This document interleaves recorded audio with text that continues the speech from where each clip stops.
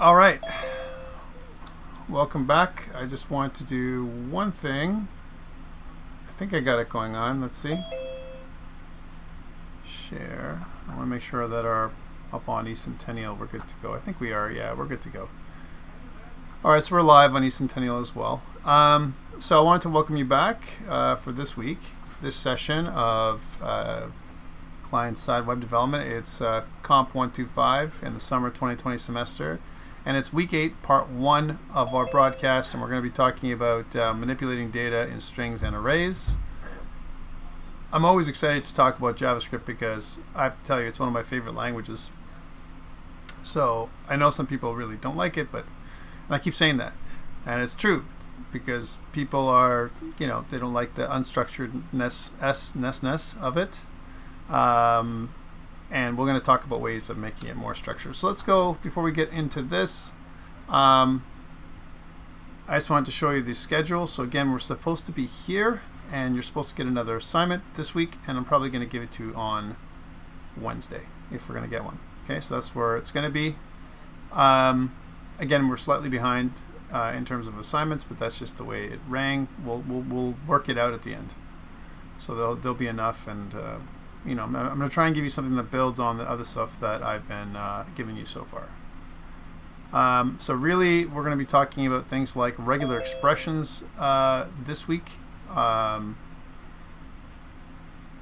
We're going to take a look at the array object, as well as how to convert between strings and arrays. Really an important thing to do, especially as you get into the next semester. This is huge, converting between strings and arrays, because everything we get from the user or even from a database a lot of times is a string, and we want to move it into an array or JSON data. We'll talk about what JSON data is this week. Okay, so that's what we're doing. But first, like I said, I want to get into the stuff that we've been using with Visual Studio Code. So last week, here's week 7, and I'm just going to copy week 7 and paste it. Here it is. And we'll just turn this into week 8. So lesson 8. There we go. I'll put that over there for now. And we will open up Visual Studio Code and do our little repository dance, so that way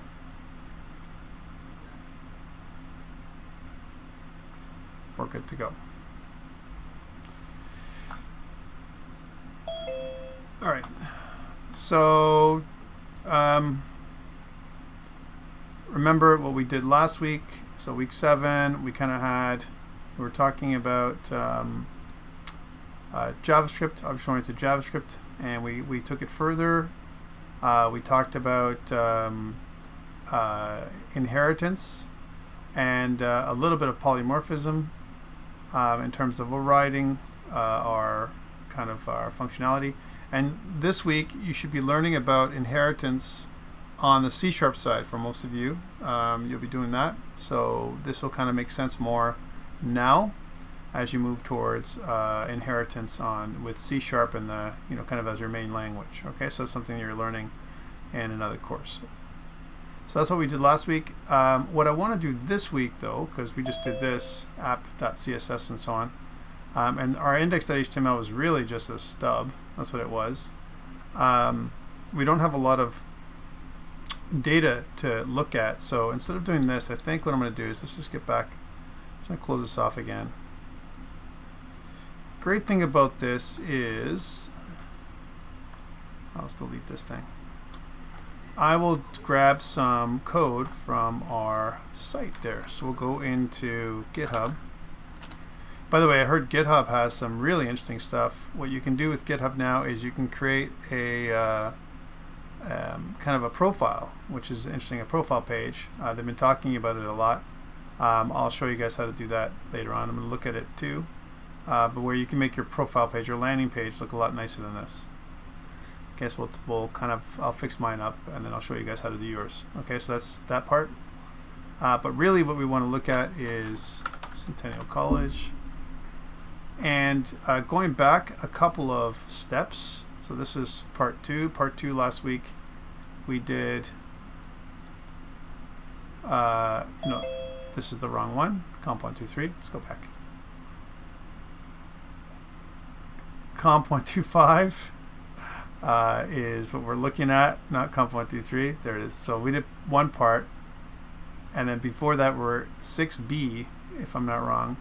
We had this repository, which was kind of like an example of a 5-page site. I want to get back to this. So what I'm going to do is I'm going to clone it, this repository. So I want to show you how to do that. So again, when it looks at your, if you click code here, it says you can do a couple things here. One thing you can do is open with GitHub Desktop, open with Visual Studio, download the zip, or you can grab it, the actual link from here, and clone it. And it talks about how to do it. So I'm going to copy this link right here. This is the link. I just clicked on that. And then I'm going to go to my command prompt. And I'm going to swim to my desktop. Right, so here's my desktop. And I'm going to type in the following. Git Clone. Right? And then I'm going to right click and paste the link. So HTTPS, and this is the actual link. And what clone does, which is different than download the zip file, is it actually retains your commits. So I'm going to press enter. And what it's going to do, it's going to pull down lesson 6b, right, with all of its files and everything intact, which is kind of interesting.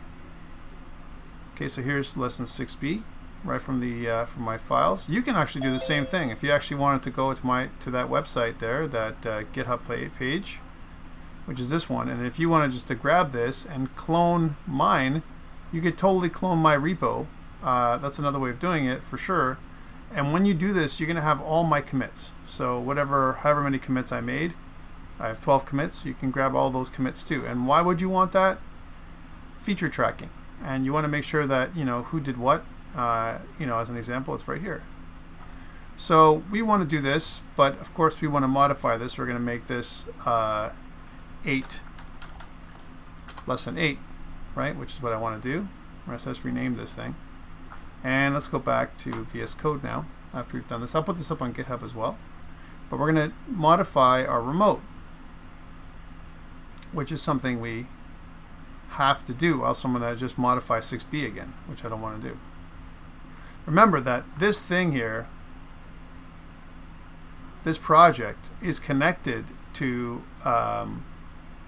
6b, even though I've renamed it to 8 as an example. It doesn't matter, right? Right now it's pointing to 6b because we have a .git folder that's invisible, right? So if I look at my package.json, it says lesson 6. We'll change that to lesson 8. We'll also change this to lesson 8 just to see that this is good. So we're on the right track. There's nothing else we have to change here for now. I think we're pretty good for most of this stuff. Yarn lock we're not changing, or none of that stuff. README file should also say lesson 8. Okay, not lesson 6. That's an important thing to change. Your README file is like a great way of talking to, bringing the code to people who want to support you and use your code base. It's kind of sometimes we use it as a step-by-step how to use my stuff and what to look for, that kind of thing. I think it's important to keep up to date. Information about the latest changes. Don't show this message next time. Thank you. All right, so we got that. And now I need to reroute it. So I'm going to go into my command prompt by control backtick.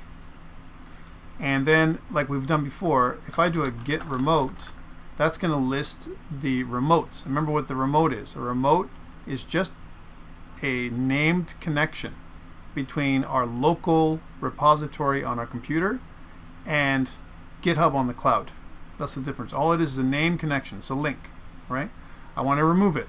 So I'm going to say git remote remove, RM for remove, origin. Origin is the name of the remote. It's a friendly name. You can call this whatever you want. Again, remember? Once I've done that, and if I do git remote again, you can see that there's nothing, right? I want to add a new remote. I want to make a new one. And in order for me to make one, I'm going to make a new repository. So let's do that. So I'm going to go to Centennial College. In my case, I'm going to click this little green new button, and then I'm going to make a new repository for today. So again, COMP125 in the summer 2020 semester, and it's lesson 8. Oh, I did it again. I made it private. We're going to fix that in a second. I'm going to go to settings. I don't like how it defaults to private. I know why they do it, but I don't like it. I liked it when it was public. Yeah, so private. So it says where it says private repository, I'm going to make that public. I don't want to make it public. I mean private. You can also rename your repository up there. You can rename it whatever you want. But yeah, making it public, change bar visibility. That's new. I like how they make all these changes. It's kind of interesting, right? Type this in. Da, da, da, da.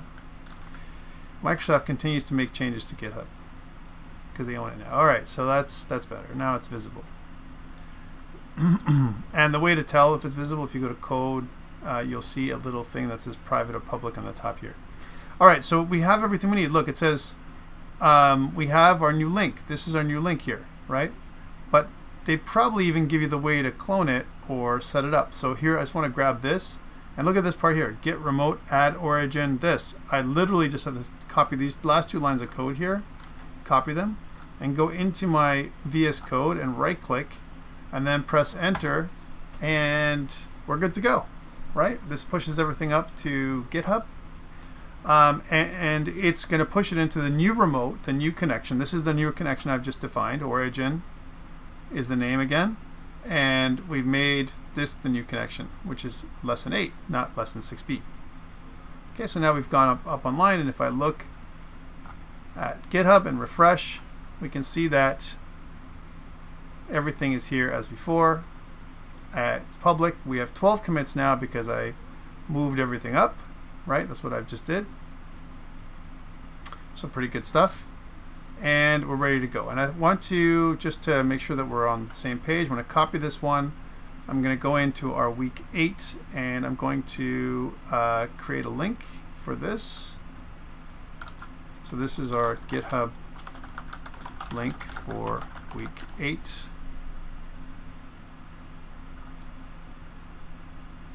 And that's good. All right, and I want to do this because, again, I want you guys to all be on the same page with me as we go through things. Wonderful. All right, let's test it to see if it still works. One thing I didn't do, even though I have a .node Jekyll file, and someone had asked me if I got a couple of requests for your test. They're saying things like, I don't know why, but I can't see my node modules up online. And I said, you have to have included a .node Jekyll file. I made a note of this, and then they fixed it, and most of them were okay. But I got a couple of requests for this thing, right? Because people forgot that you needed this part. But if I want to make this go live now, I mean, literally, I'm ready to go. Like, I can go up online, right? And I can go to settings, and I can scroll down to where that part is, where I want to put it up on GitHub. So I go here, and I go to master branch. So master branch is the one that I'm going to share with on GitHub pages. So click on master branch. It's going to take some time to propagate, like I said, because it propagates through the entire world. You can see we've got a little friendly link now, and if I click onto it, if I control left click, then it'll open up my link when it's ready. Sometimes you'll get something that looks like this. So this isn't a GitHub page site here because it takes time, like I said, to propagate. Don't despair. This is the right address up here. The problem that we're having is that we don't have, it's not ready yet. Like, as an example, it takes a second to get ready. And if it's a problem, for example, if something went wrong, then you'll see that under code, right? There'll be an X up here in a second. Instead of this check mark, and it says, as an example, it says it built successfully and whatever, there'll be an X. Okay, so when we see an X sometimes, that's a good indicator something went wrong. Here, nothing went wrong. I put this up online, and we're good to go. It's just a matter of propagating. So again, the other thing to do is if you see this check mark and if you go details, right, then it actually tells you the links. If I press Control, it actually says View More Details on GitHub Pages. If it's ready, it'll be up and running like this, right? Sometimes also it'll cache. So if you're worried, you can always check it out at another browser, and sometimes you need to do it again. Remember that this is a free service. So I don't despair when this thing happens. I don't get mad. You don't sit there and go like, hey, it's not working. I'm so mad. GitHub really messed me up. I'm not mad. I'm not paying for this service. It's a free thing, so I'm pretty cool with it. Sometimes I just got to regenerate it or do another build, push something else up there, and then it'll be fine. So just give it a sec, and if it doesn't change, then we'll go and troubleshoot and figure out what it is. Okay. Typically, as I said, it needs time to propagate. So just give it a second to do it. Okay, so cool. We're here. It says, oh, this is another really cool thing. It says environments, GitHub pages, active. It tells you this, so this is another good indicator that this is going to happen. It talks about the activity log, and you can also view the deployment, right? If it's ready to go, and it's not. So, could be caching. It could have failed. Something could have gone wrong. Not a big deal. I'm not worried about it, to be honest with you. All right, so now let's try doing light server, so see what we can see locally. Again, these are the steps that I normally take when I usually use this kind of stuff. Okay, here we are. Here's our little welcome page that we had before, and we're good. Awesome. Excellente. All right, so yeah, right? I mean, I want to do a contact. Here's my contact. And under my contacts, I have one of the things I asked you to do on your test is get some information from your contact page and print it out as an example. Show me that on the console, and it has to look nice. That's what I asked you to do, right? So that's not really difficult to do. Remember that whenever we get information from the contact page, as an example, and this is our nav link, down in the bottom, when we were making our contact page, we created all these names: name, first name, last name, contact number, email address. All these name attributes, these are all the variable names that are going to show up kind of when we click submit, right? We talked about this. So if I look at my scripts file under app.js, and inside here, right, we added paragraphs. I taught you how to do this the last time. I also did this validate form thing where we said, okay, so the first thing we want to do is first name focus. We want to go to the first name. I mean, we did this together, right? And then I checked to see the length of the name, as an example. And now we're going to do a little bit more form manipulation today with this kind of stuff, because we're going to use regular expressions to help us, right? And I actually asked you to do that on your own, which is good. That's why it's a little bit backwards. But if I wanted to print out stuff, if I wanted to say, okay, I want what the first name is, here's my first name.add event listener, and it's going to, on blur, I want you to calculate this, but first name itself represents the link, the element, first name, as an example. And then we can check to see what the text content is of first name, if it makes sense. But this is to get validation. So that's what this does. So this part of the form basically checks to see if your names are the right length. That's all we've checked.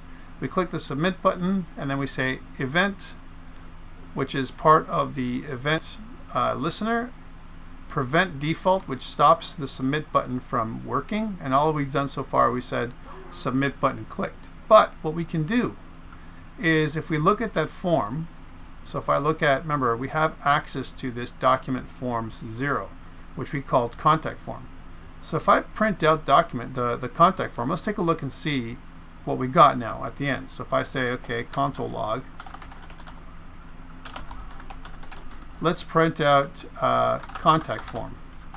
I want to know what that is. I want to see what I get when I print out the contact form. Okay, this part. And if I go back to this, and let's just work side by side again. I'm going to press the Windows key right arrow, and I'm going to print this one here, Windows key left arrow. So it's going to kind of make these things come side by side again, which I like to work this way. I think it's a good way of working. And if I go to the contact form, let's go to the contact form here. Sorry guys, I forgot to change the ability for you guys to rename yourselves. I've done that now. And it tells me that I need to enter a valid first name with a length of 2. So Tom, right, my last name. Let's call me Smythe today. How about that? Just because I feel like it. Tom Smythe. And then my contact number. We have no checks for this, but I'm going to enter some contact number 416-555-5555. And my email address will be tom@example.com, and some message is going to go here. And if I click on send, then we prevented default. So if I look at what we have in the console now, let's see what we get. So here's the default. We've got our form ID contact form, no validate. And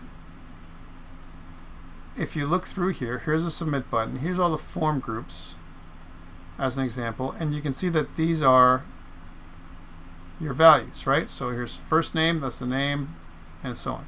Now it doesn't really give you anything else, just the form itself, right? So that's the first thing.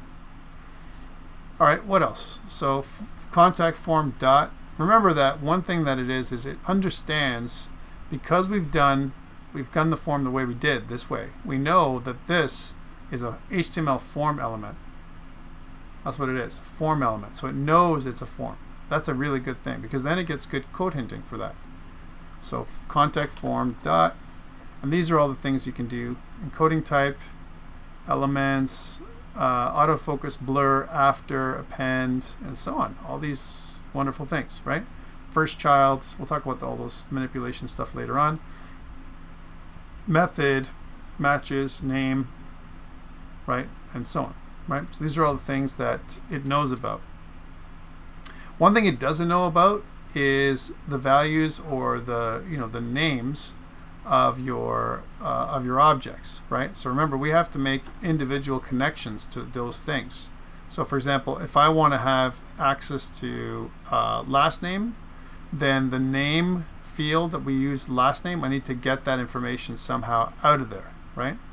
So that means, just like we did for first name and last name, we need to do the rest. We need to do the other ones. So I'm just going to make this large again.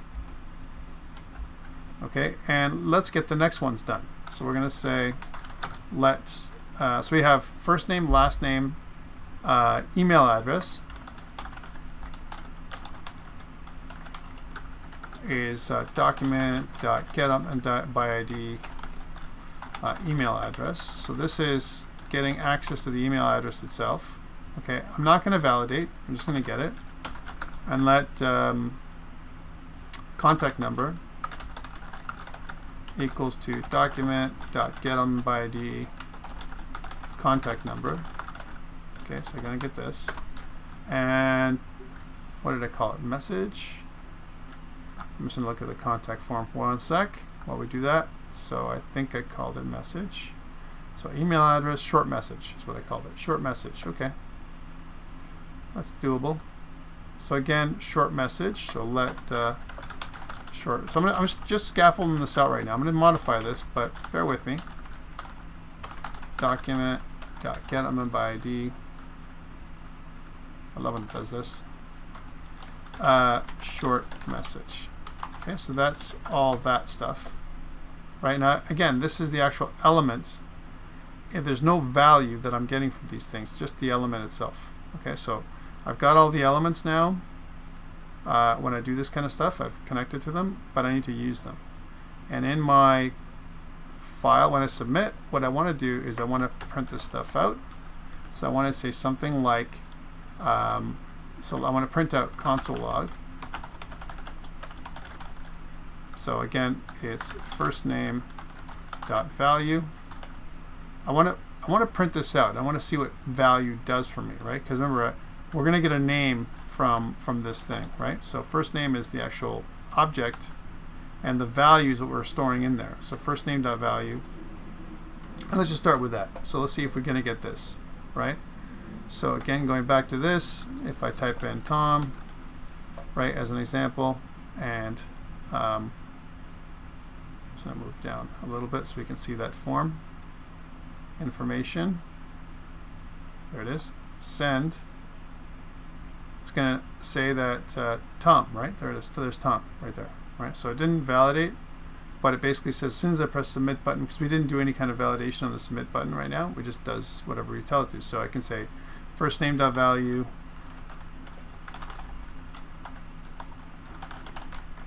last name.value. This is where we get those things from, right?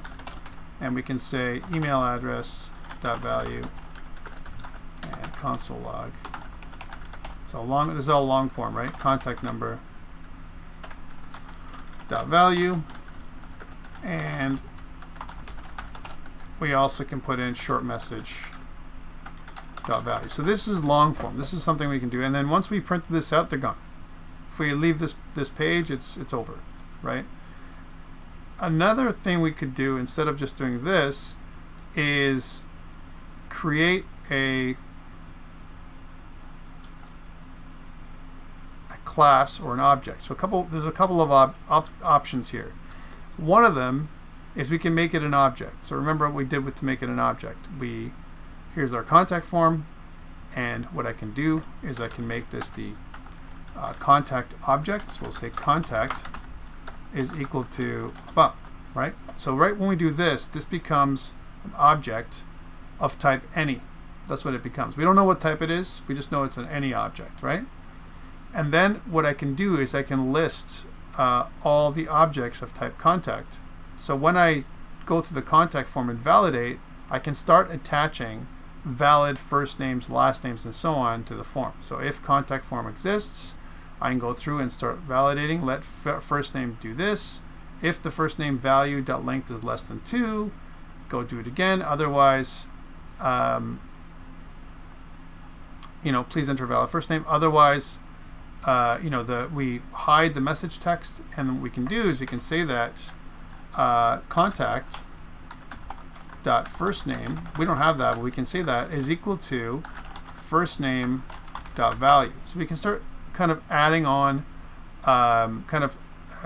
putting our value together on our contact object. We're making a contact object, it's empty, and now we're adding a new value called first name. And the thing with some students when they first learn JavaScript is they hate this. They're like, wait, we never made a first name. Well, you just did. As soon as you assign it, you make it. Remember? That's how it works. So it's the same thing with last name. So if once I validate my last name, then I can go through and say contact last name is equal to last name value. Last name value. So this way we're saving it in an object, right? So that's the second one. And then we can do the same thing for email address, right? Now, email address is a little different. What we want to do with email address is detect a pattern, right? That's what we want to do. We want to say that, if email address, right, instead of doing last name dot length, you want to look at the pattern, right? And that's something we can use regular expressions for. Okay, so we can build it in. By the way, we can say that email address dot pattern, right? Because email address is an object. We can say that email address, and you can see that. Let me show you what the pattern looks like. So whenever we have input nodes, now one thing that we don't know is that this is an input.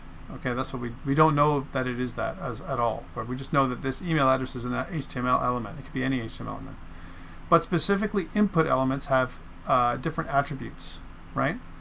So again, if I go to, let's go look at W3 schools for a second. I want to show you this because I think this is important to start. We'll start here. So I'll go with, and let's take a look at W3 schools. I think it's a great place to look for free, good options.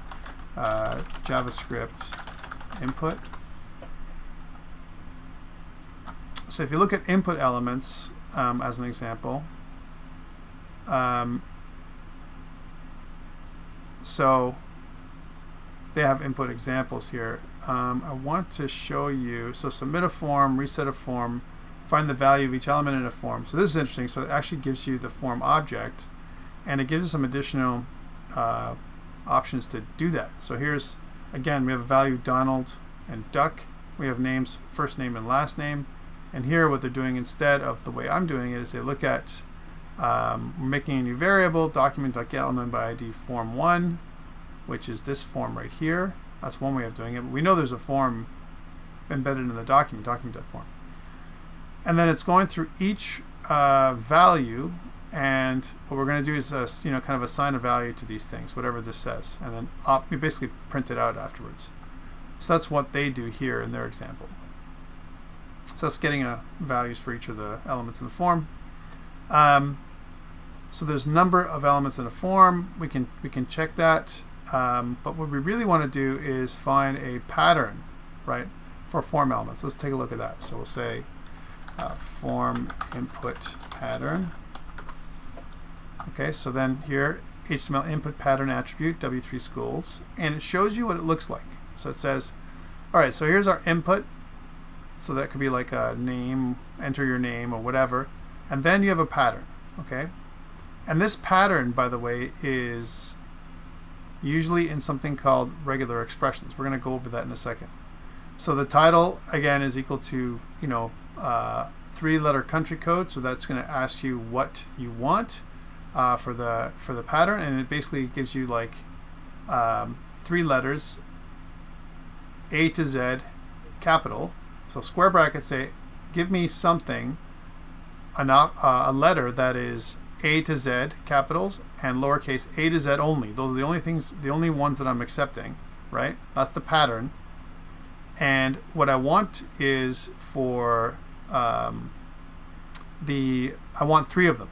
That's what this does. So I want 3 of those. So 3 letters from A to Z, kind of thing. 3 letters. And that's what the pattern is. And if you don't enter that, then the input will fail validation. That's what it will do. Okay. So that's exactly what it says. It says pattern attribute specifies a regular expression that the input element's value is checked against on form submission, and the pattern attribute works with the following types: text, date, search, URL, email, password, and blah blah blah. So that's what it does. Okay. So input pattern, regular expression. And this is a great way to look at it. You could also do a regular expression in code, and that's what the subject of this PowerPoint is. Okay, so we're going to get to regular expressions later on. I'm just going to take a look. So here they're talking about formatting strings. We're going to come back to this part. But notice it says what I can do is I can do a match pattern.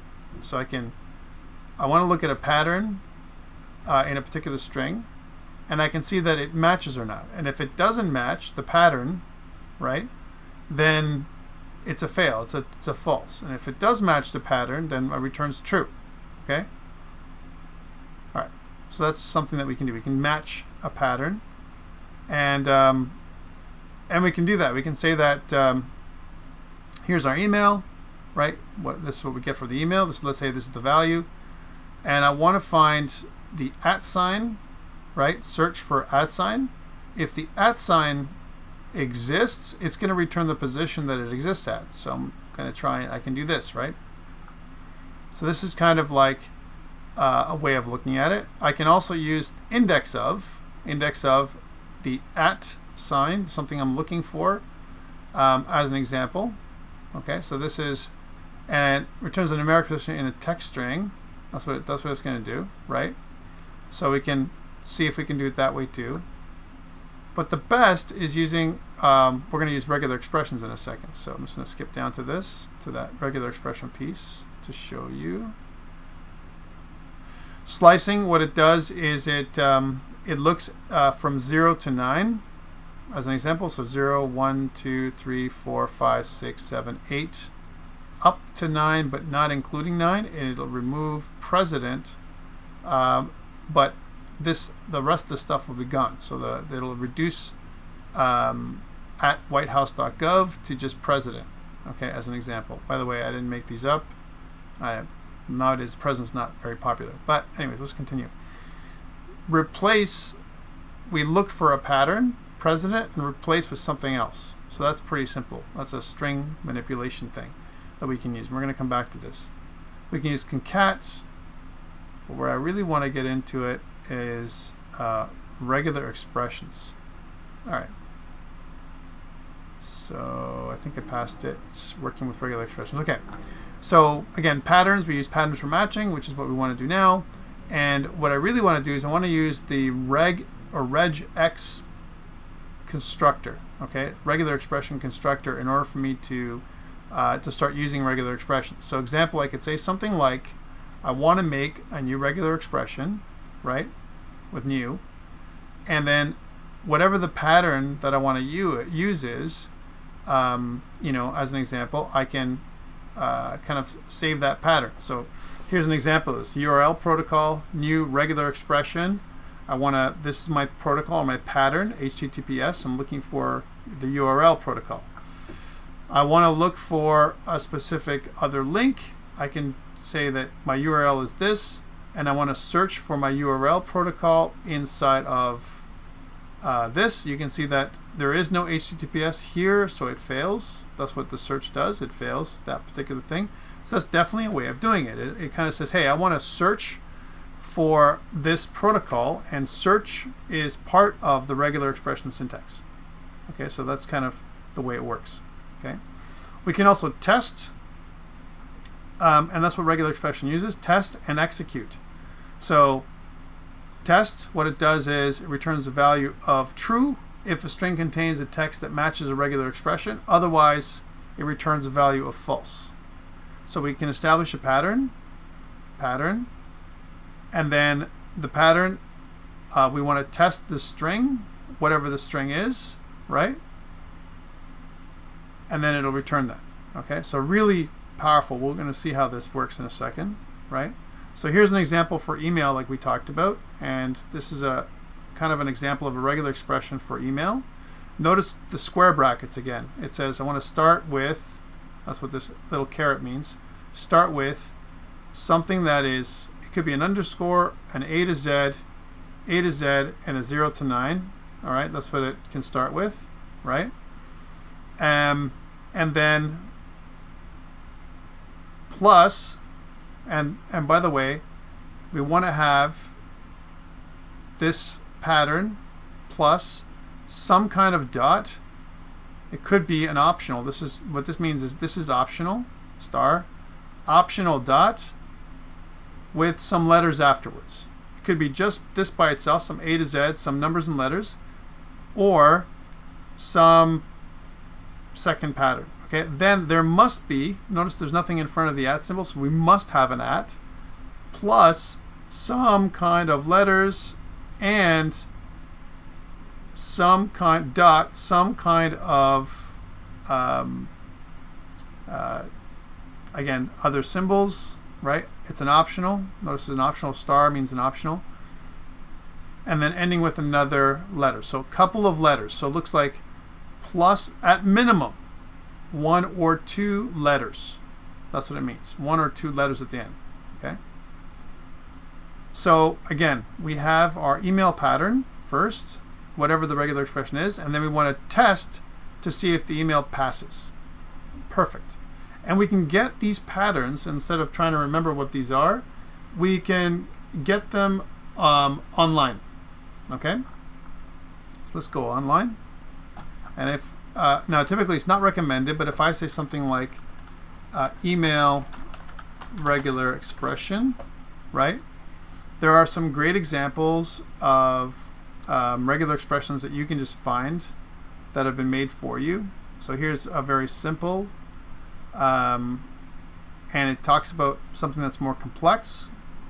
But remember that the more complex you make your email, then it might just not include certain people, because depending on how specific you make it, as an example, then some email patterns won't work. And what it'll do is it'll just say, your email does not compute. Meanwhile, it's okay sometimes, depending on where, especially from a localization perspective, different countries have different rules, for email addresses and so on. So some countries can allow things that would be ignored or even raise a flag for a pattern, right? So you can see that there's different ones, and they tell you the advantages and disadvantages. So it says description matches a valid email address including IP addresses which are rarely used, allows for an A to Z 0 to 9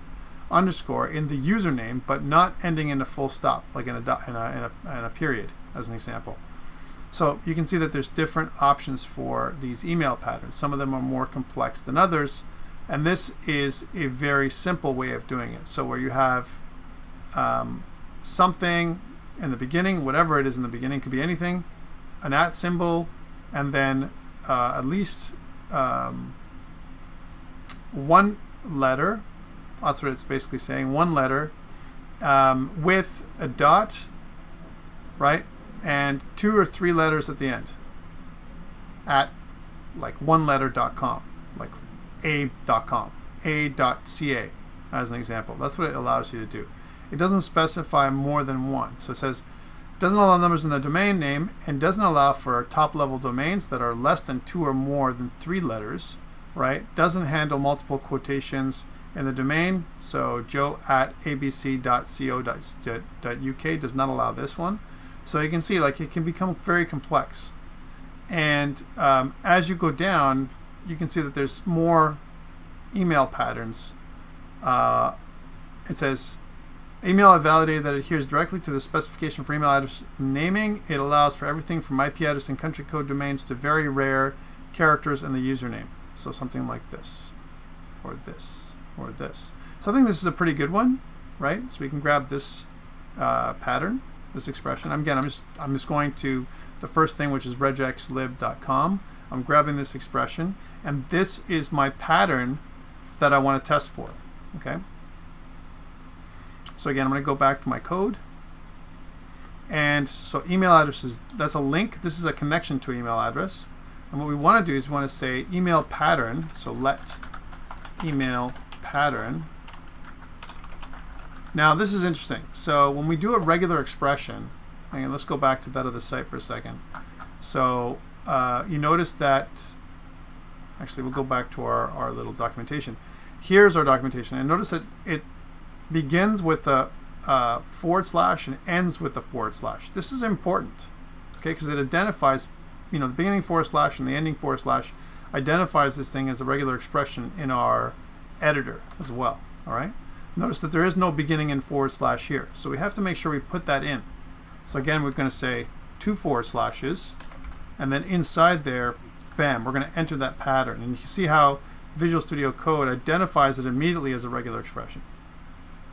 Okay, so it's an important thing to know. So that's what the email pattern would look like. Again, not really recommended to make one of these too complex, because it could exclude people and it cause your users to have a bit of a heartache. They're like, man, I don't know why my email address is normal, but somehow Tom's site doesn't allow it.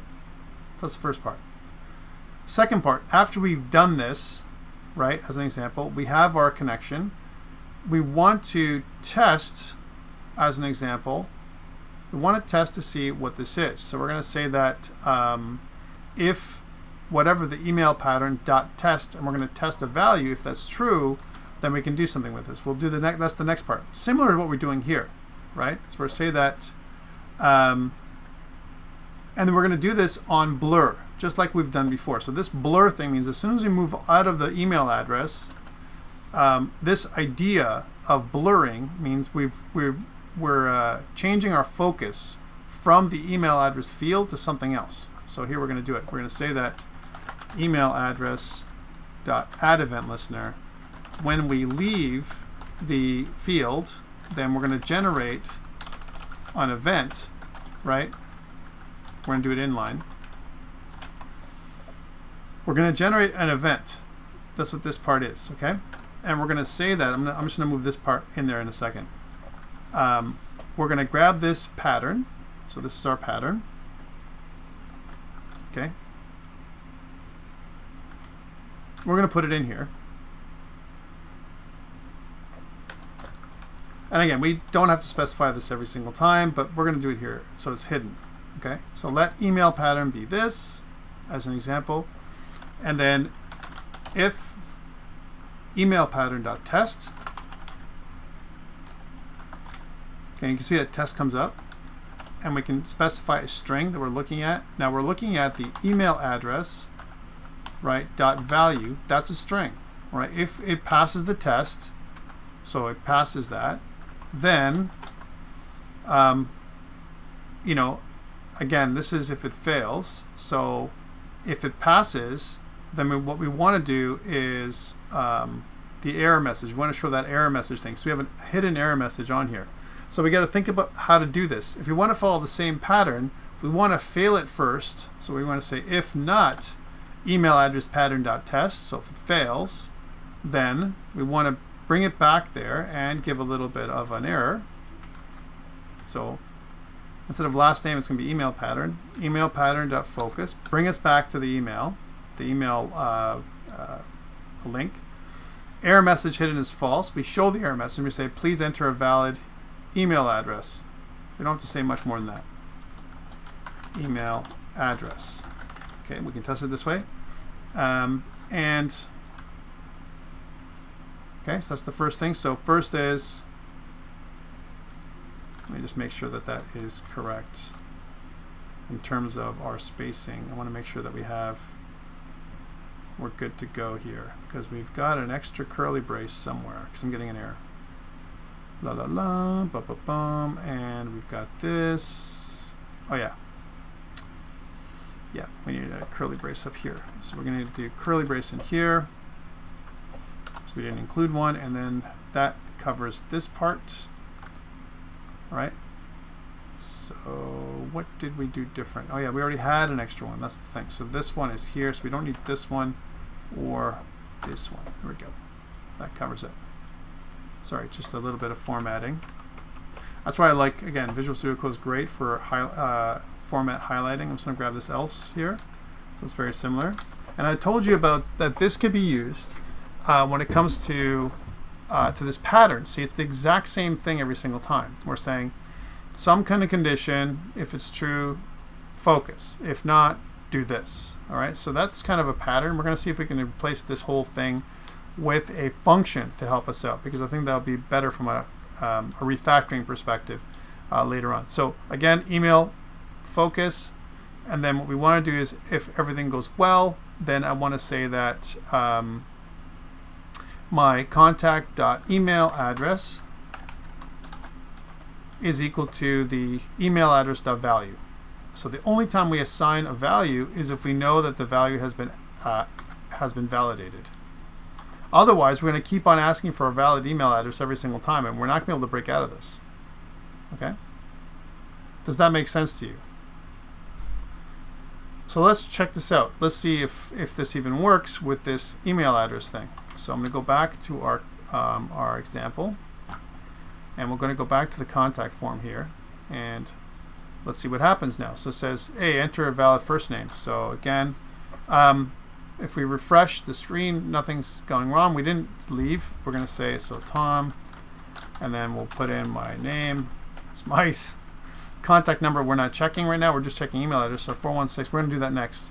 555-5555. And email address, we're going to press tab, and we're good to go, because guess what? There's no validation once we skip email address there. My blur didn't work. See that? So let's take a look and see where we got that error, because we got an error for sure.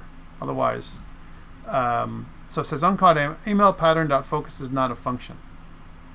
Email address.focus. So let's make sure that that is correct. So we noticed that it says last name.focus, email pattern.focus. I meant email address.focus. That was that was the error, and I knew it happened because we didn't produce a problem with my code, right? So again, so Tom Smythe. Sure. And our phone number, we're going to get into that, 416-555-5555. And then we're going to press tab, and it tells us that my email address is invalid, because we were trying to press tab, but it won't allow us to go to escape from here, right?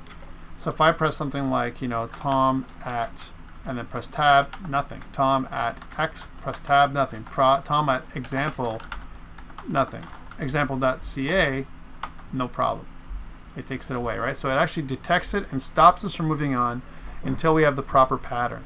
Okay, that's how the patterns work. Okay. Next, let's continue. So, so this part worked. This email, regular expression, and all that stuff worked. I want to do the same thing. First name, last name, contact number is what we have in our form, the way we wrote it. Contact number and then email address. Usually I do it the other way around, but it doesn't really matter. So let's just do it so we do that same thing. So we have our contact number, and we'll put it up in the same order. It doesn't have to be. You can put it any order you want, but just to be the same. So we'll do the same thing. So now we'll do the same kind of pattern. This time this adheres to the email address pattern. And instead of email address, we'll change it to contact number. So contact number dot add event listener on blur. We want the contact number pattern. So we'll call it contact pattern. Contact number pattern, sure. And we have to get a new regular expression for ourselves. We can make one too, but let's just get one. And contact pattern dot test. We want to test that the contact number dot value passes the test, whatever we say. And then we want to focus on our contact number, and we'll say please enter a valid contact number. Right? If everything goes well, contact number is equal to contact number dot value. So we're going to get the value from the form and attach it to the contact object in this new property we're making on the fly called contact number. Okay. Now we just need a new regular expression. Let's see if we can get a regular expression for a phone number. So again, going back up here, we're going to say regular expression for phone number. Okay. So again, you can see that there's another place we can go. There's also Regex Lib, the same site. We'll go there. And again, it says this is a simple one, right? It'll cover these things, 55555, and then it says US phone number ranges. And depending on what kind of phone number you want, it'll also cover patterns like this. And if you keep going down, you can see that it covers different kinds of patterns depending on what you want. Local kind of a match phone numbers, allowing an international dialing code if you want it. Okay. And depending on which one you want, as an example, you can even extensions would be okay. Extensions, like, you know, there's quite a few different things we can look for, you know, to make it so that it matches the pattern that we're looking for, depending on what you want. Now, if you don't want extensions or whatever, and you want a very simple one, then you can go with one of the first ones. Okay, and there's some people that submitted these things. These are all the people that submitted these patterns, right? And they seem to be pretty good. All right, so let's go back up to the one that that I like, which is just the very simple one, actually. One of the first ones that we saw with one of these. That I think this would be pretty good. So it accepts. So these are non-matches. 1 dot dot dot. So if someone puts dots in their name or dots in the number, it won't match, but it will match these things. 416, as an example, a 1 dash, just this. It even does this. Okay, so that's pretty good. That's pretty good. 1-800, you know, go FedEx, as an example, would match, right? That kind of stuff. Doesn't check to see if the first digit is legit, right? Not a 0 or 1. So this is a kind of a simpler pattern, and it talks about different ones. So something like this, you know, to me, like with this one's pretty good. And it says these are non-matches. These are matches, 1 dot, right? And so is this, 0 dash. So US phone number that accepts a dot, space, and a dash, a forward slash between the numbers will accept a 1 or 0 in front. Area code not necessary. So you can do an area code, but it's not required. So that's kind of stuff that it does. So again, I mean, you just have to choose what you feel is best for your particular situation. I mean, if you're going to take an extension, then something like this might be better, as an example. So I think, again, something like this might be okay, or even up here is fine. So I'm going to just grab this pattern, okay? There we go. US phone number that accepts a dot, space, and a dash. So dash and spaces. A forward slash between the numbers. We'll accept a 1 and a 0 in front, and area code not necessary. Okay, so you don't have to put it in there. I don't know. Maybe I like the area code. Maybe one more time. Let me see if there's let's see what the other guys give us for regular expressions for numbers. Sometimes it's like very basic, right? So this is pretty cool. And tests. That's not bad either. And so you can see that that is pretty good. That's a pretty good one too. All right, so that's a good one. Let's just use that one. Yeah. Okay. We'll use that one. I'm just using again one. You can choose one that you like, but again, you would have to search for the right one, and then you can get there's a better one.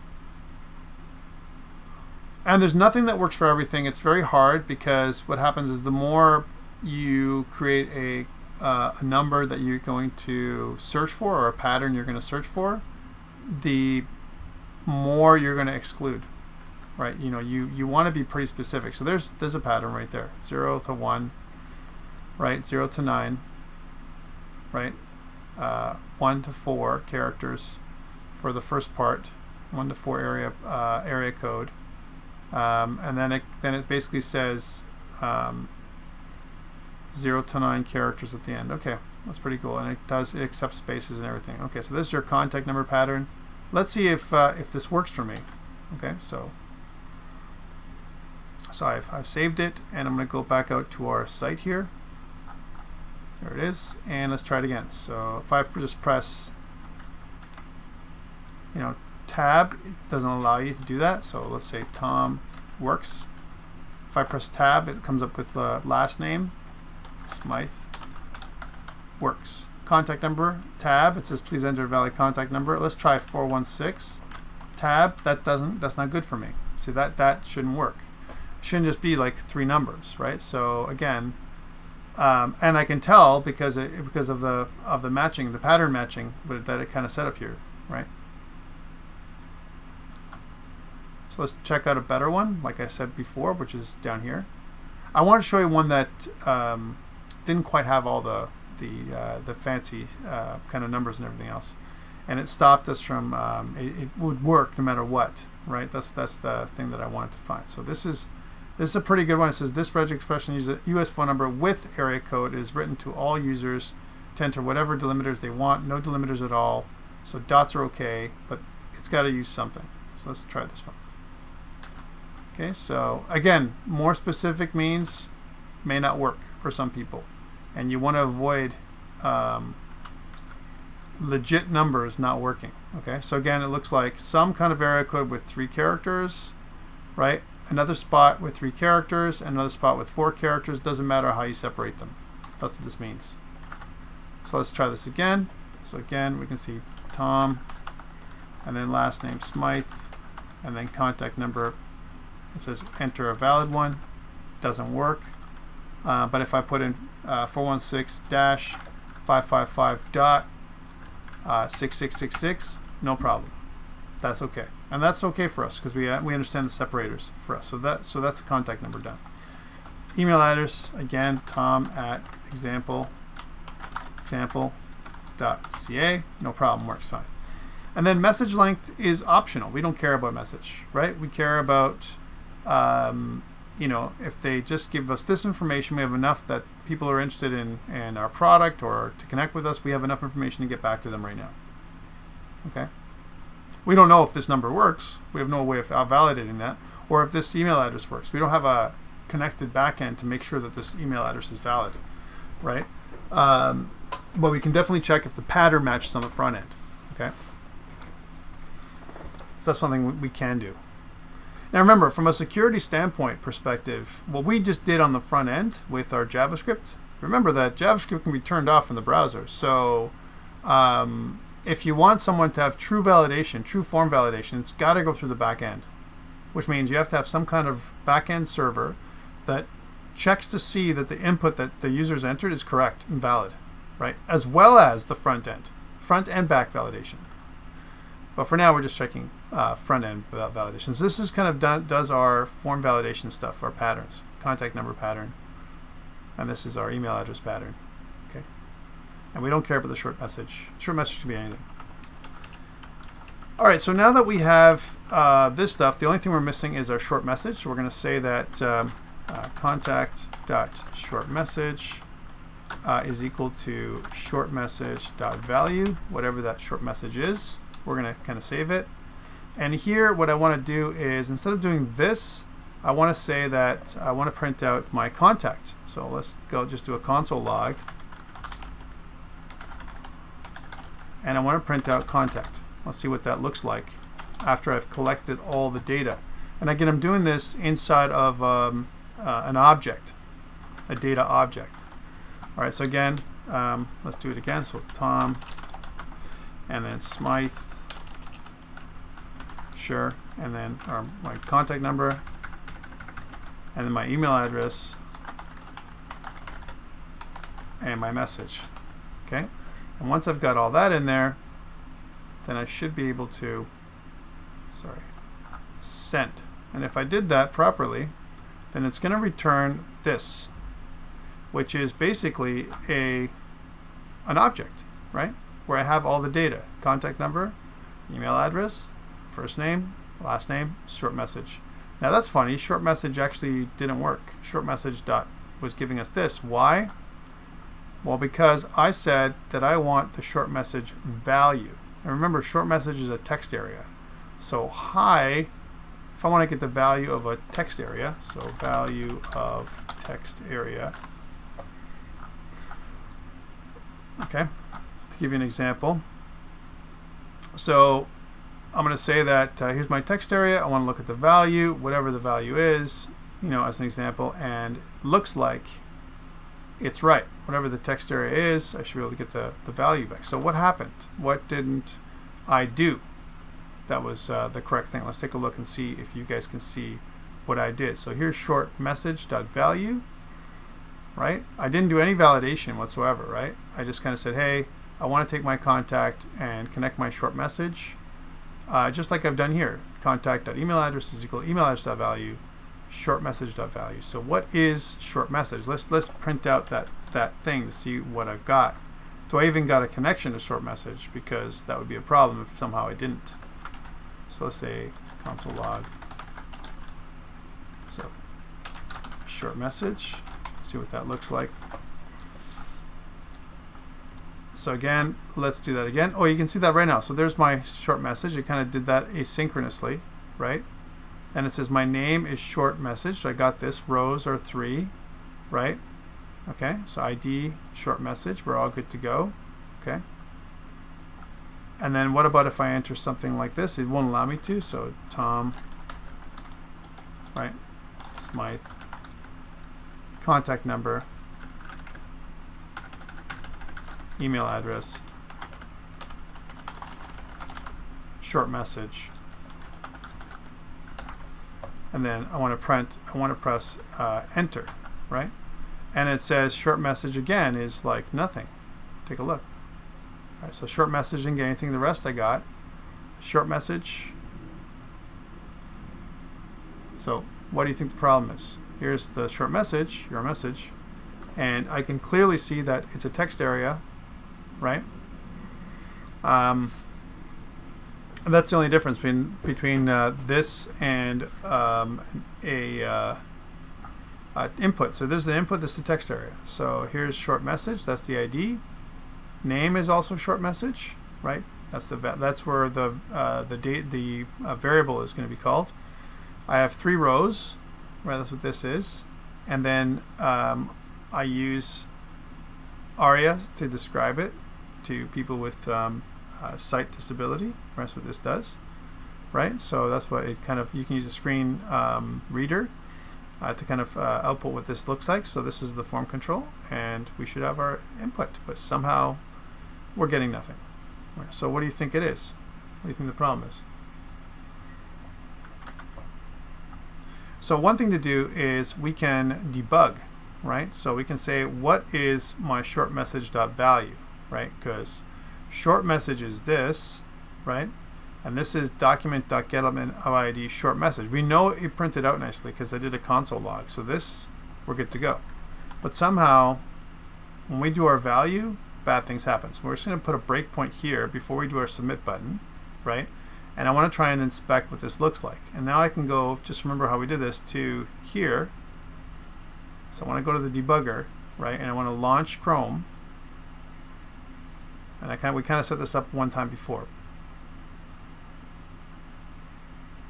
And if everything goes well, if everything does, it's trying to launch Chrome. You gotta give it a sec because it's the first time it's working in a while. Okay, there we go. Awesome. So we got Chrome working, and we're gonna go to that contact us page. There we go. And now we've generated the contact number. So we're gonna say that, okay, cool. So let's take a look. We're here, right? And we're gonna get some information. So this is, again, another way of debugging. So we can see that short message, right? There's short message, right? And it says text area, short message, form control. Okay, there's last name. Last name is interesting. Last name has a lot of different things here, right? But short message, like, look, even has a bunch of stuff. Value right there, no problem. Last name. Short message, access key, class list. And then we go all the way down here. Value. So it has a value, lowercase v. Okay. So that is those are our objects. This is important to understand. So this is our block of text, right? And what I'm going to do is I'm going to go to the next. So we're right here, right? And we're going to go back. So it's going to say step over, right? And it's going to say the submit button. So this is the submit button, step over. And it's going to take us back to false, right?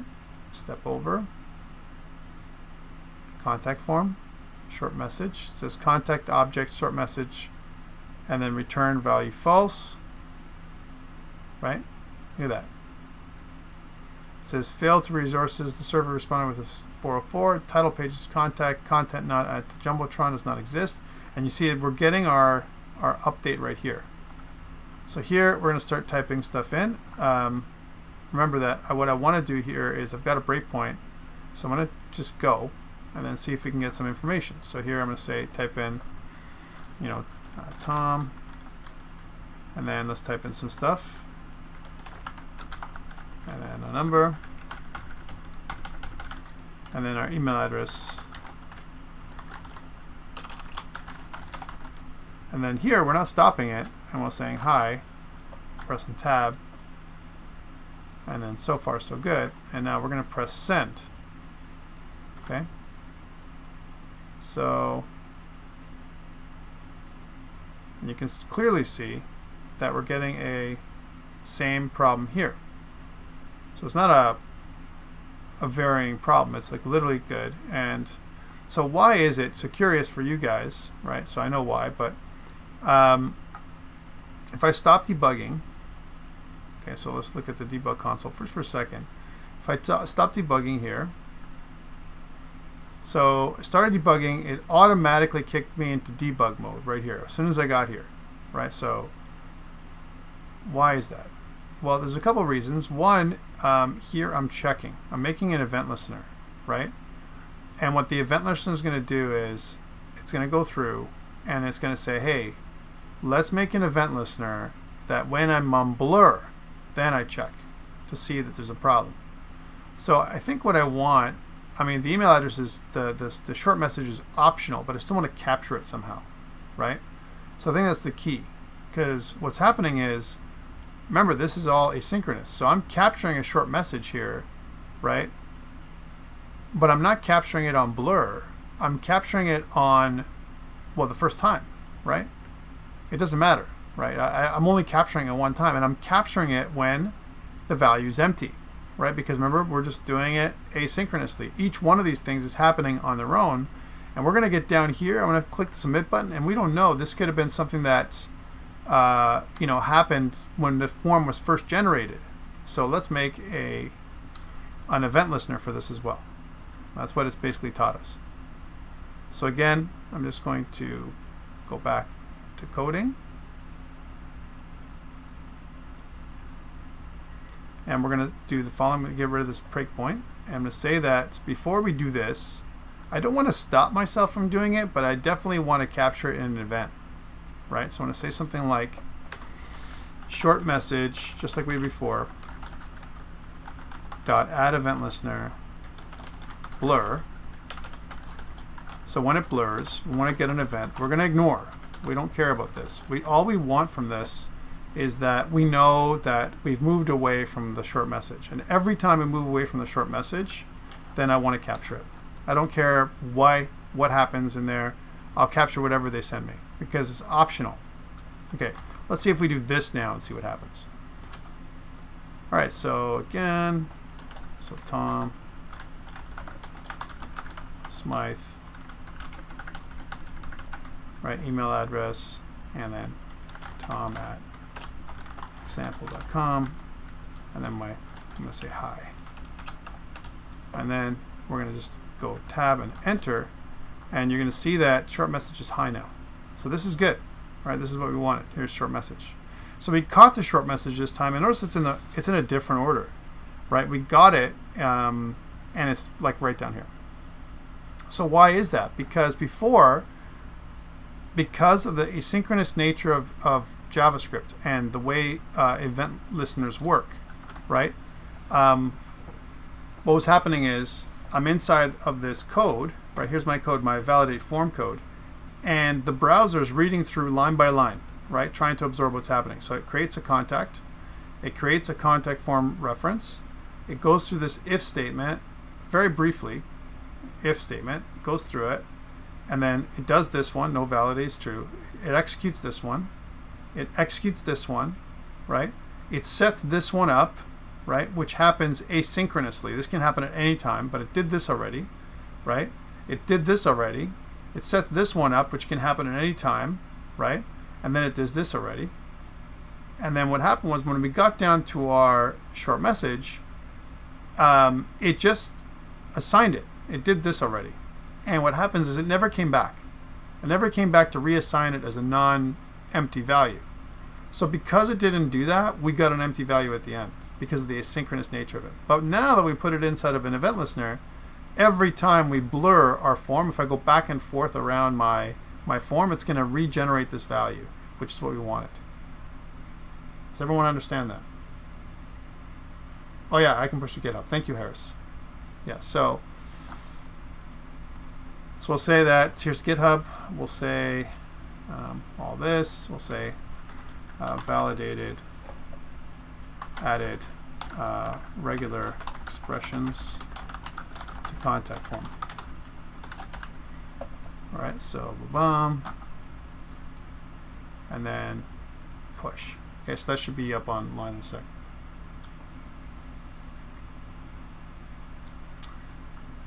Yeah, so does everyone understand that? So what the problem was that it's because it executes this code, and this is where people get messed up. It executes this code asynchronously, right? But executes this code inline. So this happens once. It never goes back and does another one of these, right? Because it's gone through, and the way the browser works is it goes through and it interprets each line of code that it can, right? Well, here I'm forcing it to interpret these lines over and over again because it's in an event loop. Whenever we generate an event listener, we actually create an event loop. We actually put this event, right? We register this event, this blur event for this particular element, and we put it on into a almost like an event loop. And it keeps listening for the blur event to happen, right? So this line can get executed multiple times, right? Whereas these lines here outside of the event loop can only get generated once.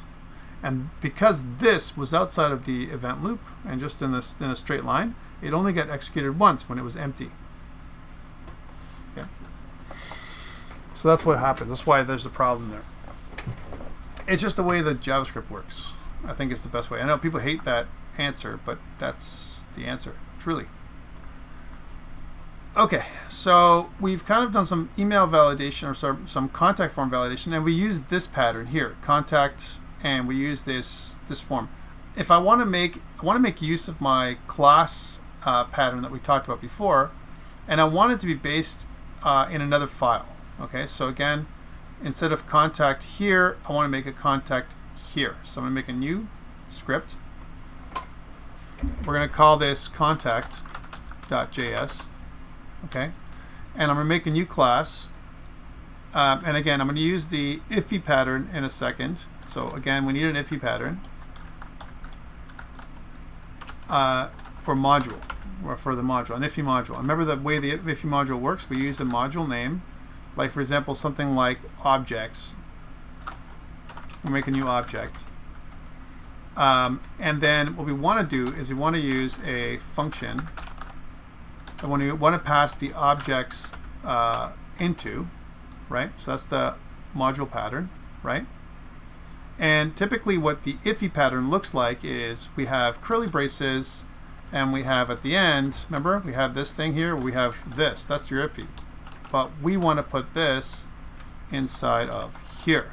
And we want to pass in, objects are two possibilities, right? So let's undo that for a second. So here's objects, but down in here, remember what we did with TypeScript? There's two possibilities for objects. Either objects was an object, so either object is an object, or if it's an object, if it's not an object, something else. So how that looks, if you guys remember, if you guys go to typescriptlang.org, we have our work there. And then this is always a good way to check to see if you forgot, right? So go to playground, and here we have it forgot. That's no problem. So we can make a module. Remember the module pattern? We can use module or namespace.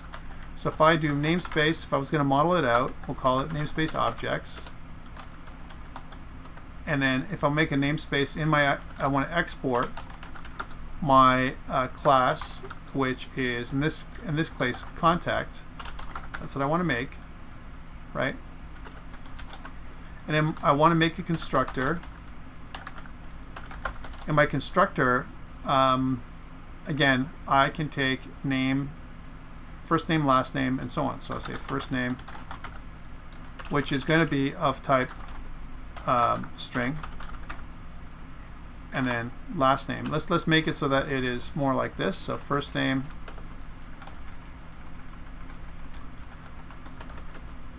and you can make it so that the constructor spans multiple lines. So last name, right, string, and then first name, last name, email address, and contact number. Email address, string, contact number, also a string. Okay, and we also want a short message. Okay, so again, we've created everything we need. TypeScript, right? And what we want with this, the reason why it's giving us errors is because we need curly braces. So that takes care of those things. Now, instead of me doing this, I would have to go through and create, I have to create properties for each of these things. Like for example, first name, this dot first name is equal to first name, this dot last name is equal to last name, this dot email address is equal to email address, and so on. Instead of doing that, we can, in TypeScript, we can use something called public. So we can say public first name. It's a shorthand. Public last name. Public email address. Take a look at the right there. Public contact number. And public short message. And what this does is it does all that work for us. Okay? So first name, last name, email address, contact number, and short message, but it does all this, but we write it this way. Instead of me writing it longhand, this is a shorthand to write it in TypeScript. Okay, so that's what the constructor does. Okay. And the other thing that I want to do is I want to give default values so that I can use my object later on, right? So I can say something like, because right now these string values are empty, I could say something like unknown name, last name, and so on. But this is good enough. Like what happens is these objects by default, right? We'll see what they give us. But take a look at this. So it says when I make the variable objects or let objects, we want to use strict. I like that. I keep forgetting to do that. So let's go back and do that. Use that in my code. Again, so let's put that in the top. We did let objects, and then at the bottom we have this funky syntax. We're getting objects if it exists, or in other brackets, objects as an object. So we're saying we're going to pass in objects if it exists, and then or, which is a pipe, in brackets, objects equals to an object, which basically says I'm either passing in an already made object, or if this is undefined, which is what it is right now, let's make objects an object. However, if I come back here, an object's already an object, just give me what I have already. That's what this means. All right, so that's this part. So we're making this part, and then I want to do, I can't do this. This is TypeScript. I want to do this, because this is, even with the other one, this is what I want to do. Now, what I also want to do is I can assign values, but for now, let's just do this. So when I grab this part right here and this part right here, copy paste. This is totally acceptable, by the way, on a test, or if you want to give it to me, I'm okay with it as long as you get the idea of what I want. I'm good, because you're doing exactly what I've told you to do. So let's take a look at this here. So I'm saying objects.contact is equal to contact. Here's my contact class and my constructor. And by default, if I don't give anything in here, it'll assign default values, right? And what is the default value? Any. If I want the default value to be a string, then I can give it a string value, right? So I can say, by the way, these values, if you don't give me what they are, the default value for them is a string, right? Okay, it's a string. And now what's going to happen is, whether or not they give me any of these values, these numbers, these automatically become strings by default, because I've defaulted these values here. Okay, so this is my contact class. Another way of doing it, right, like I talked about. And I like this way a lot because I have more control than I have, and it's part of the object's namespace, which means I can reuse and attach more objects in there, as opposed to it being an anonymous object, which I'm not really fond of. Okay, not always. So now the problem that I have with this pattern, first of all, in my app.js, right, if I want to use the new contact class, I need to include it in all of these files, right? If I was going to include it somehow. Now we may not need it everywhere, so you can only include the JavaScript wherever you need it. But for me, what I want to do is I want to keep a consistent header and footer, so I'm going to include it everywhere. So what I'm going to do is on the bottom of each file, before I do my app.js, I'm going to include that other file. So script source. We only have to write this once, and we'll just copy paste. So scripts, and then we want our contact.js. We need to put this in the right order. So contact.js must have to exist before we use it. All right? So this is our contact class, and we're just going to put that in the bottom of all of our other ones. Now you're saying, oh boy, Tom, how come I'm copy pasting? And you're right, you're copy pasting a bunch of times, and this is eventually a bad thing that we're going to take care of. But in the beginning, what we always do is we start with the basics, and then we refactor afterwards. Remember, make it work first is my motto, and then once it works, we can always go back and fix it, right? Sometimes we don't, but it works. It's working, and I'd rather have working code compared to a lot of refactoring. Okay.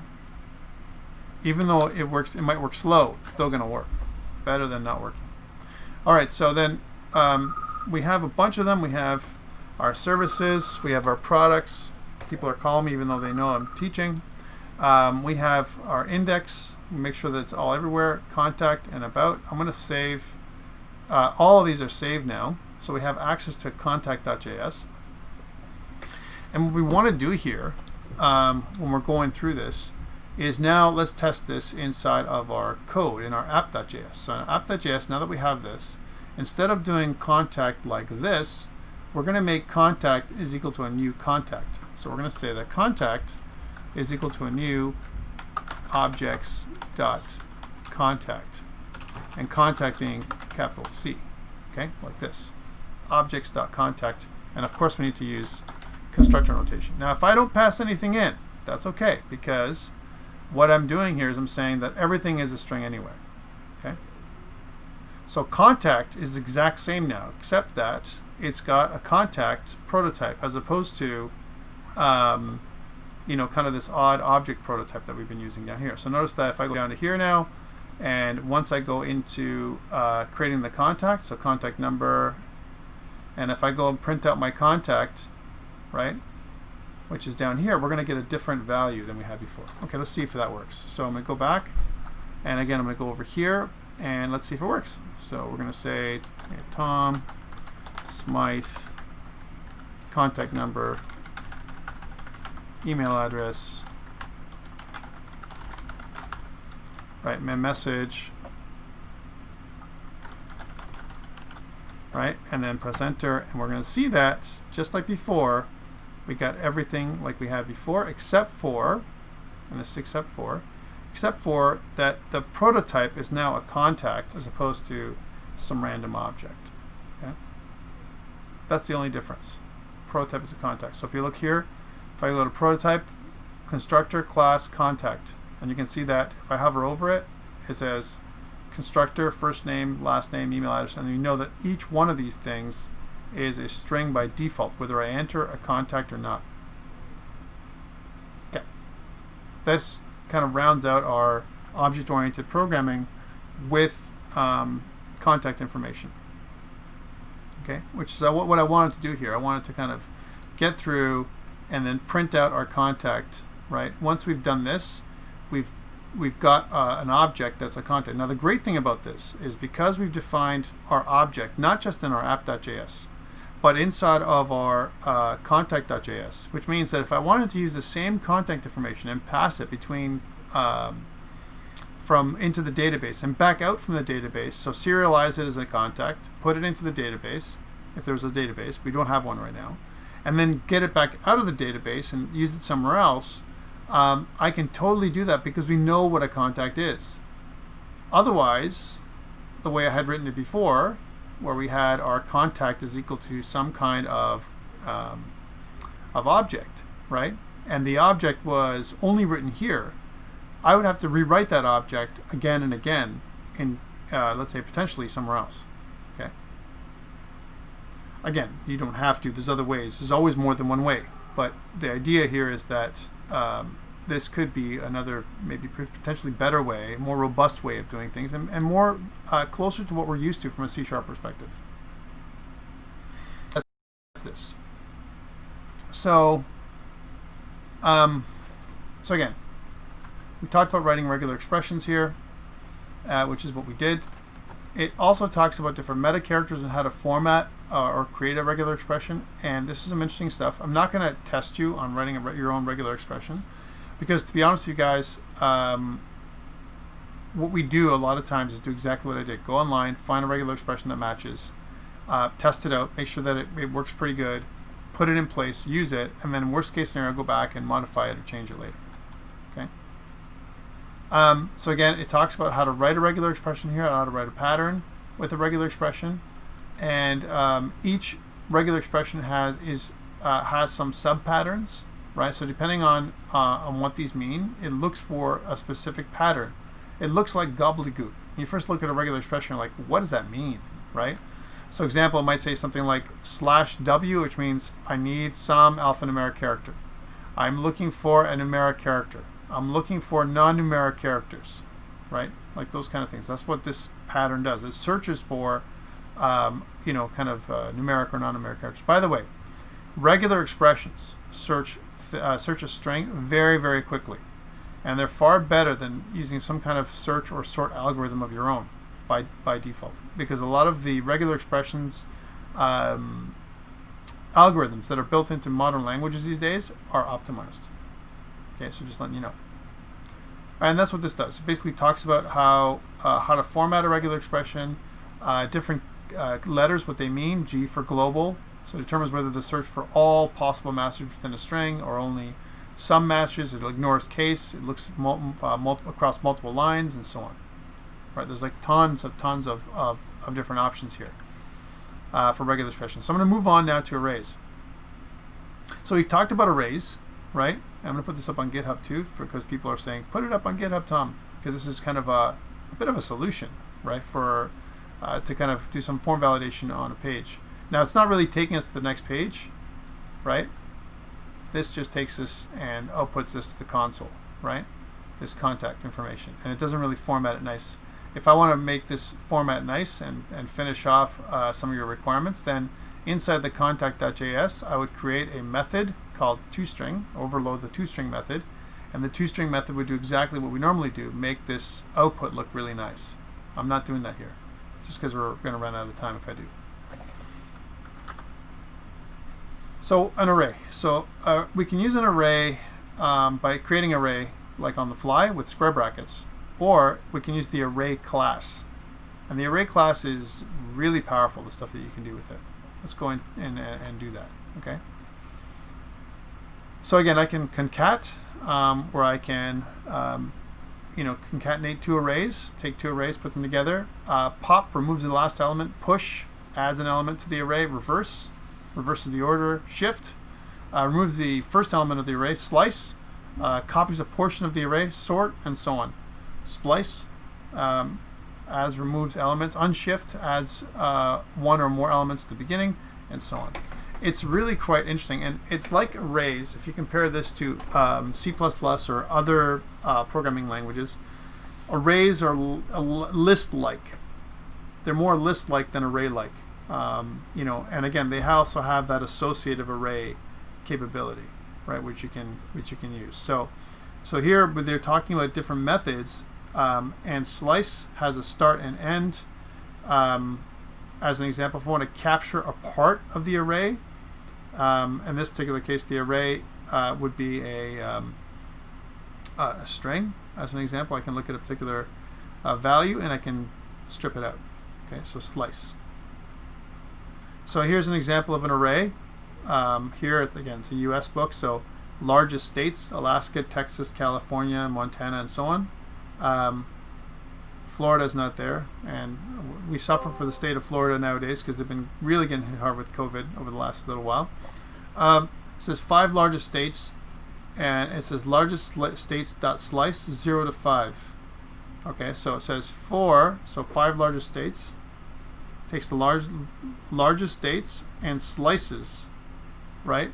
Slices 0 to 5, from 0 to 5. Now remember what slice does? It says returns a copy of a portion of an array and assigns to another array. So we actually create, we look at the first 5, right, elements, right? That's what this does. So it looks at 0, 1, 2, 3, 4, Alaska, Texas, California, Montana, and New Mexico, right? That's what it does. So it looks at that, because that's what slice does. And it says, and then it loops through the length of the array, and basically says that for 5 items, basically. And then it goes, it creates a new item, and it creates a new paragraph item. That's what it's doing. And this is in the virtual DOM, like we talked about before. Creates a new paragraph. And then in the inner HTML, it looks at the index of with the one that it's on. So for example, 0, 1, 2, 3, 4. And then it attaches that string to the inner HTML of the new paragraph that has been created. And then every time it loops, it appends child to the body of the document. So the bottom of the body of the document, right at the bottom, even after strings and scripts and everything, it adds in a new item. That's what this does, right? Assuming that there's no string at the bottom, or scripts at the bottom of the document, it'll add new elements to the bottom of the document. 5 of them, in fact. Okay, that's what this does. So kind of a little useless thing, but and it talks about how it works. So that's all it does. It doesn't really find the largest ones. Same thing with colors. So shift, right? So remember what shift and unshift does. Shift, it removes mauve, right? So it removes from the top of the array, mauve, periwinkle, silver, cherry, and lemon. All we have left is periwinkle, silver, cherry, and lemon. Mauve is removed because it's the first element of the array. That's what shift does. Unshift adds yellow, orange, and violet to the beginning of the array. So yellow, orange, violet, and then mauve, blah, blah, blah, blah. Now notice it doesn't modify the original array, right? It creates a new array. A lot of times that's what it does. Okay, so, and so on. Okay, so it's pretty straightforward in terms of that. Pop and push. Again, I'll tell you, I use push a lot when it comes to arrays. And what you can do is with push, it adds it or appends it to the end of the array. And that's really common to do. I push it to the end of the array, and then what I can do is, what you can do is shift from the top of the array. If you push on the back and shift from the front, it's like you're creating a queue. That's what you're doing. So you can kind of create your data structures in JavaScript by using just the simple array. And it's talking about how to splice again, and we can remove elements. Okay, so I want to splice from the array, and it tells me which element to splice. It's 3, right? So it goes, okay, so 0, 1, 2, 3, right, as an example. And then pediatrics is going to be is where it's going to splice, right? So, these ones. So it goes anesthesia, molecular biology, neurology, and then when it finds the pediatrics, it inserts ophthalmology. That's what that does.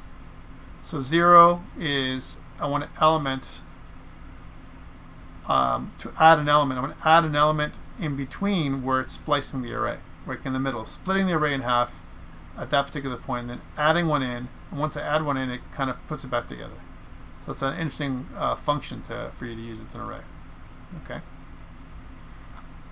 So again, pretty self-explanatory stuff. I'm not going to go through all the examples here, but there's a ton of array manipulation kind of objects here, which are really cool.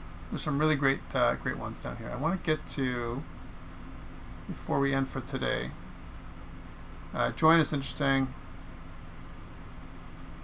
but I want to get to the other ones that are, here we go, JSON. Okay, so JSON data. Sometimes what I want to do, especially for modern APIs, is we want to take an object like this and return JSON. So remember we talked about I want to make a toString method, and the toString method is going to output stuff. So I can make a new method called toJSON, and I can take my object the way it is, and I want to JSONify it, if you will, or stringify it. If I stringify it, I create a string. So if I do a toString and overload a toString method, right, where I want to overload the built-in toString, because remember, by default, I want to convert the constructor to toString. I can do that because the object superclass has toString built in. So if I go back to my app, and if I, instead of contact, I say contact dot toString, right? So if I did one of these, toString, which returns a string, well, that's what it does. So contact dot toString. What does it do for me? How does it work when it comes to the contact information? Let's see how that works here. So I'm going to go to inspect. Okay, so let's do it. So again, Tom Smythe, email address tom@example.com, right? And my message, hello. And then it says object, right? Submit, button clicked, object. Why is that? Because if you remember how it works, even though I've created a toString, so if I want to take an object like a number and put it to string, right? If you look at JavaScript toString, right? It's toString with a capital S, right? That's how it works. toString. Take a number, make it into a string. What if it's already a string, or what if it's a custom object, right? That's great. So we can make our own, right? Like we said. So we want to go back to here, and this toString method I want to define inside of my contact, right? So let's do that. We can make methods in classes, right, by just talking about the method name. So toString. All right, we don't have to specify what it returns, but what we can do is we can convert our object into a string, and to make it look nice, like we said. So we can say something like, we can make a new object called output string. I like to do it this way.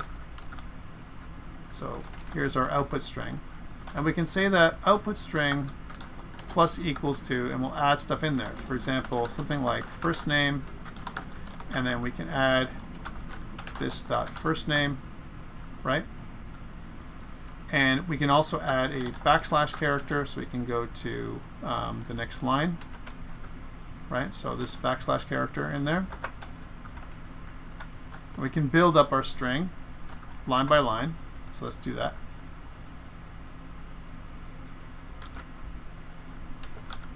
It's first name, last name. And maybe we want to type it better than this, because this is pretty terrible. First name, last name, and then email address.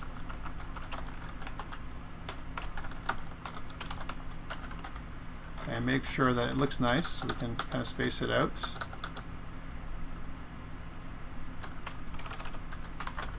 Okay, first name, last name.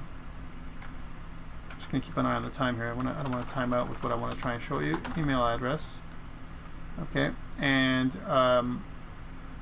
contact number. So contact number. So what we're doing is we're stringifying it, right? Contact number. We're making our custom method that allows me to convert our object's data into string, a string format that we can consume, that we can understand.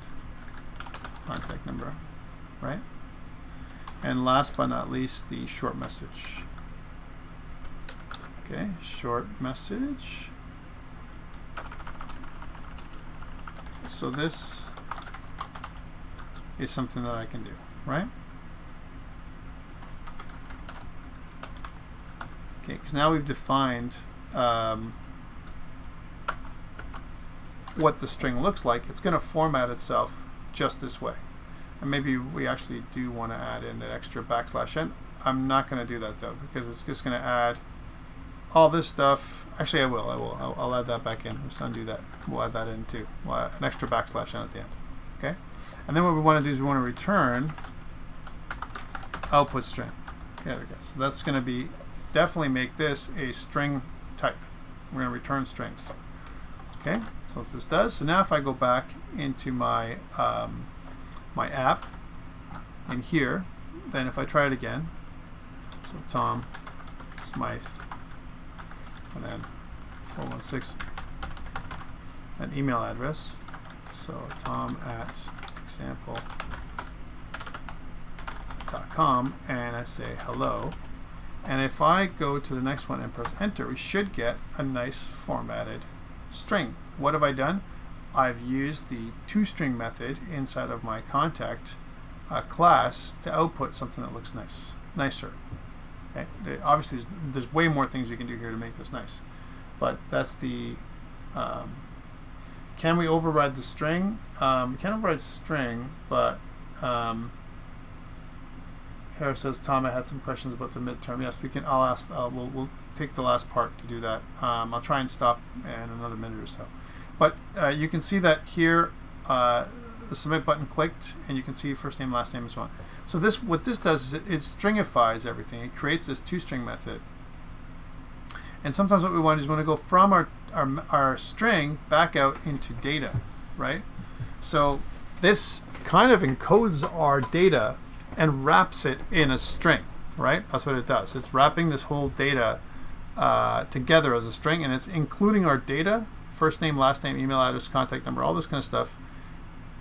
It's turning all this into string, and it's actually adding extra information, padding this data with extra information for the user so they can see what these things are. That's what it's doing. Okay.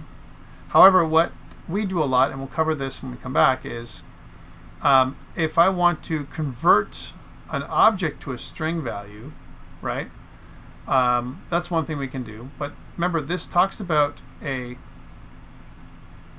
object, a JavaScript object as a string.